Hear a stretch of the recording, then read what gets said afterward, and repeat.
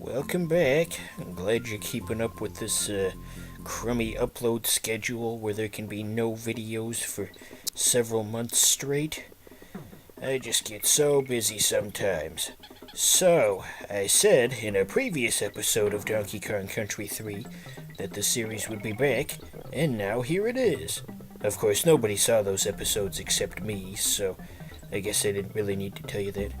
So yeah, it's the same old Donkey Kong. You're big and hairy and you got a blue onesie and you throw stuff. What's not to like? So, what have I been up to lately? I got nothing. Just more of the same.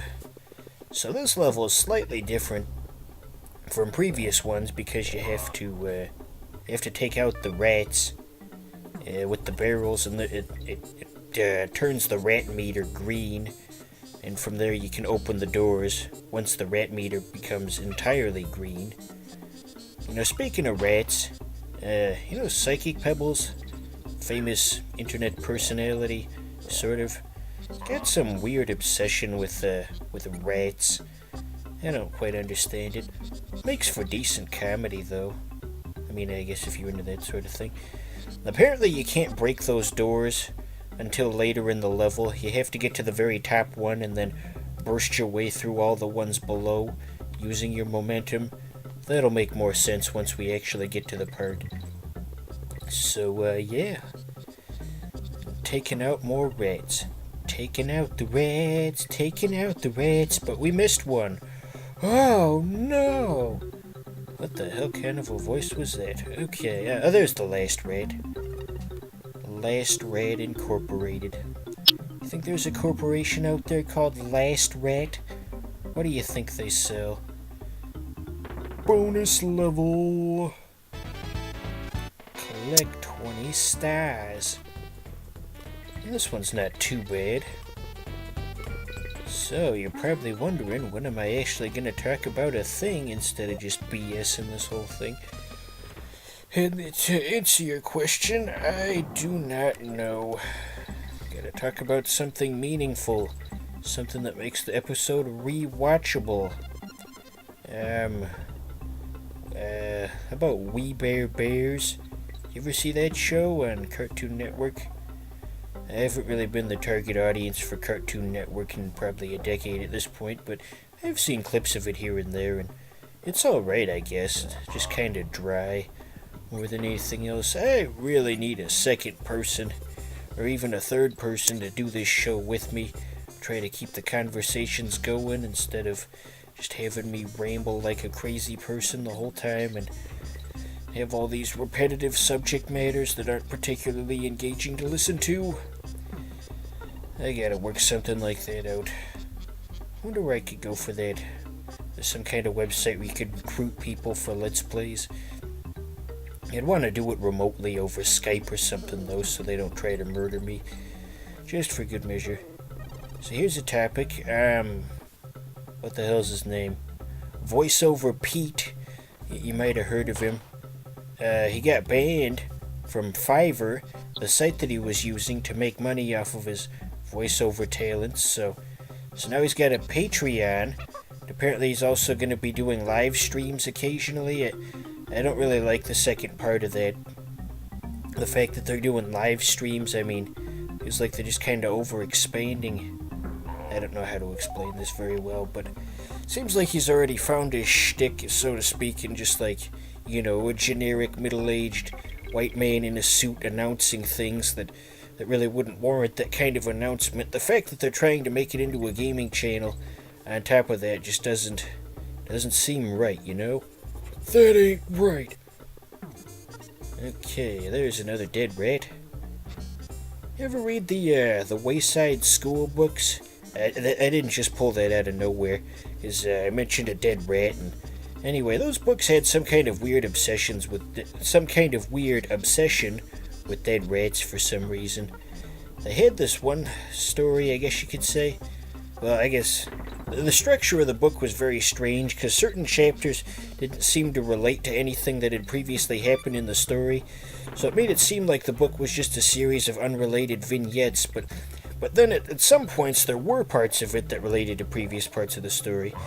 Anyway, rather poorly structured, but one of these unrelated vignettes that I remembered was there was a new student at school who apparently they had like a big coat, and so much so that you couldn't actually see the kid, and they also smelled really bad, and they had like a raspy voice, and the teacher yelled at the kid to take their coat off or whatever, and apparently underneath all the layers of coats there was just a dead rat.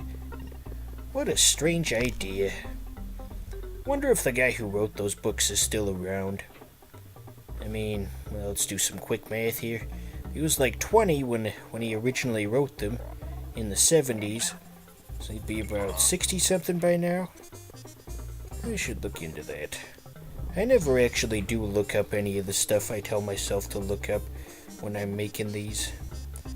But there was that cartoon based on Wayside in the late early 2000s. I heard it wasn't very good.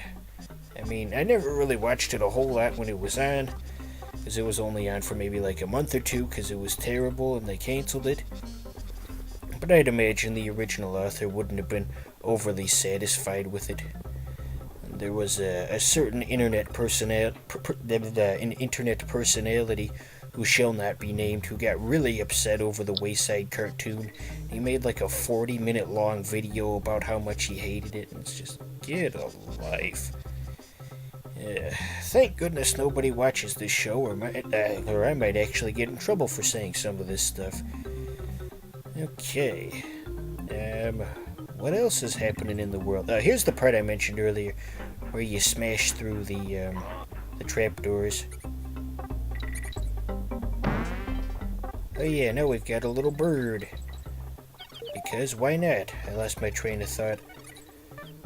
Something about that 40-minute video with the Wayside cartoon and how just completely upset that guy was.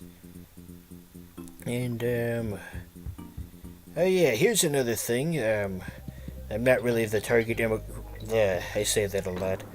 I'm not the target audience for this type of stuff, but there's a T-Series versus PewDiePie. That's the big YouTube drama. PewDiePie's not going to be the top of YouTube anymore, so everybody's all upset.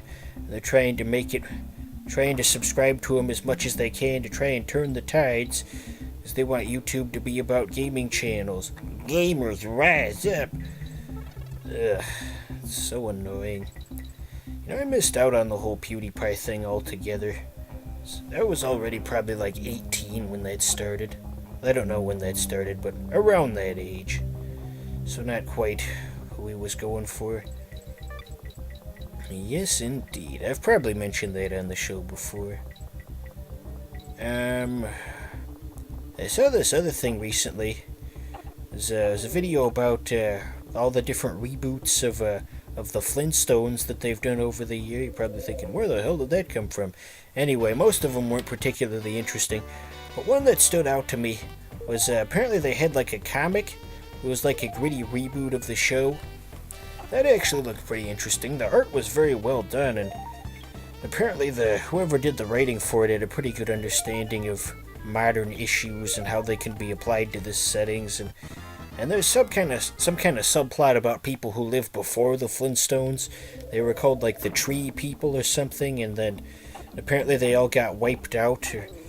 I don't want to say the exact word that they used because YouTube's getting smarter now and they're going to be able to detect that somehow. But anyway, what was I saying? Yeah, so all the Tree People, so to speak, were wiped out.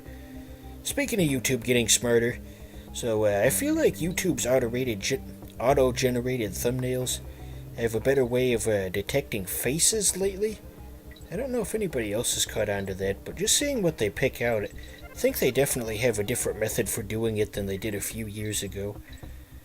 And I think they can detect certain words now too, and it's all very, very alarming. I mean, what are they gonna do? Demonetize me? I'm not making any money off of this crap. I'm doing this just for me. Me, myself, and Irene. I think we're almost to the end of this. Oh wait, no, we're not actually. About about 75% of the way there, assuming we don't die, which we will, of course, because I already know what's gonna happen. Gotta finish this off with some interesting Donkey Kong Country trivia. Ooh, let's see. Did you know that, I actually thought of a fact.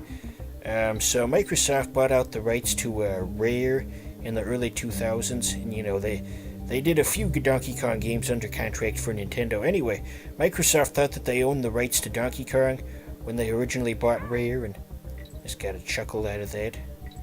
It's not quite the case. Well, you can't see that he's up here. It's a rip-off artist. Remember that episode of Foster's where Blue would run around yelling, "Rip-off artist!" and kicking people in the shins? That was like the first episode. Aside from that special they did, of course.